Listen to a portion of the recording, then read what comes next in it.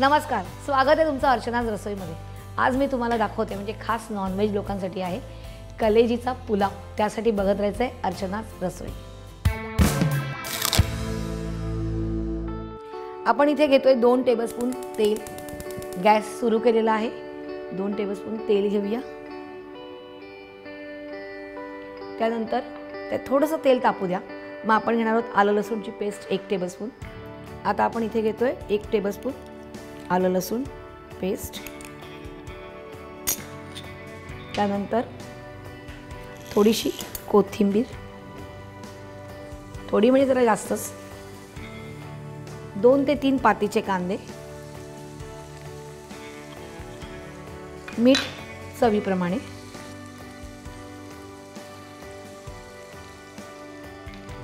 त्यानंतर 1 टीस्पून गरम मसाला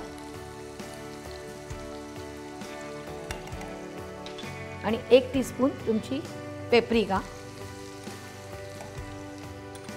अर्धा चमचा काळी मिरी पावडर आणि 2 उभे चिरलेले कांदे। हे आपल्याला सगळं मिक्स करायचं आहे। कांदा थोडासा मऊ होऊन द्यायचा आहे।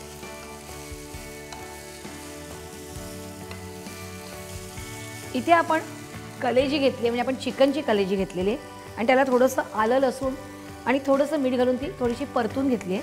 आता ती मी ह्याच्यात घालणार आहे। मिक्स करायचं। यात तुम्ही बटाटा तळून घातला तरी चालणार आहे किंवा अंडी उकडून घाला। आणि ह्यात घालूया आपण इथे शिजलेला आपण तांदूळ घेतलेला आहे। एक मोठं बाउल भरून घेतलेलं आहे। आता इकडे तुमचा असा प्रश्न आहे की आपण पातीचा कांदा आणला की तो 1 दिवसाच्या म्हणजे सकाळी आणला तरी तो संध्याकाळी वगैरे सकाळी तो एकदम नरम पडतो। अशा वेळेला काय करायचा, पातीचा कांदा आणला की तो व्यवस्थित स्वच्छ करायचा आणि तो बारीक चिरून अशा चांगल्या अशा पॅकबंद डब्यामध्ये फ्रीजमध्ये ठेवायचा की ते 3 ते 4 दिवस पण त्याला काहीही होत नाही आणि तुम्हाला पाहिजे तर तुम्ही तो यूज करू शकता। आता आपण हे मिक्स करूया।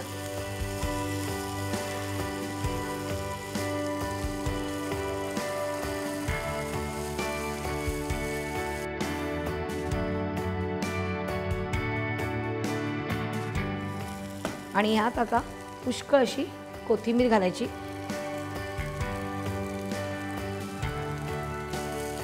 आणि 1-2 ते 3 मिनिटं परतून द्यायचे।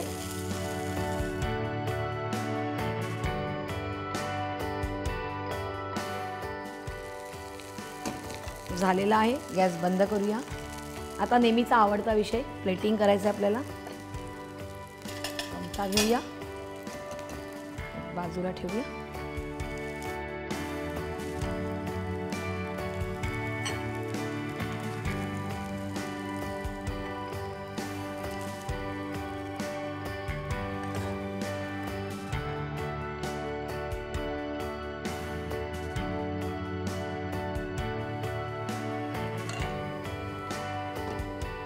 आणि आता आपण हे काढून घेऊया आणि ह्याच्यात थोडीशी कोथिंबीर।